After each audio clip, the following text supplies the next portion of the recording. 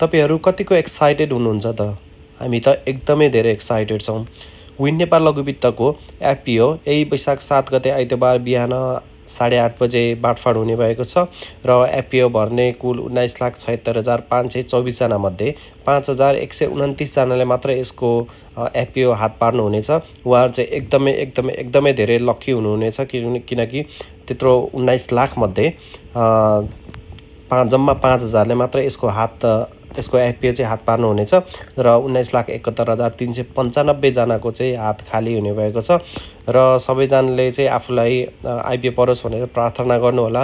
हामी पनि हाम्रो फलोअरहरु सबैलाई आईपीओ परोस्, एफपीओ परोस् र आउन लागेको सबै आईपीओहरु चाहिँ तपाईहरुले भर्नु होला एउटा पनि नछुटाइकन, जसले गर्दाखेरि चाहिँ तपाईहरुलाई पढ्ने चान्सेस हुन्छ। तपाईहरुले एफपीओ भर्दै भर्नु भएन, आईपीओ भर्दै भर्नु भएन भने त्यहाँ त पढ्ने चान्स त हुने कुरै भएन। त्यही भएर चाहिँ सबैजनाले चाहिँ आईपीओ जेसुकै आउँछ त्यो चाहिँ भर्नु होला। एउटा न एउटा तपाईहरुलाई अवश्य पर्नेछ र कमेन्टमा जय लक्ष्मी माता लेख्नु होला। यसले गर्दाखेरि चाहिँ तपाईहरुलाई एफपीओ पर्ने चाहिँ एकदमै धेरै चान्स हुन्छ है त। हस् त, धन्यवाद।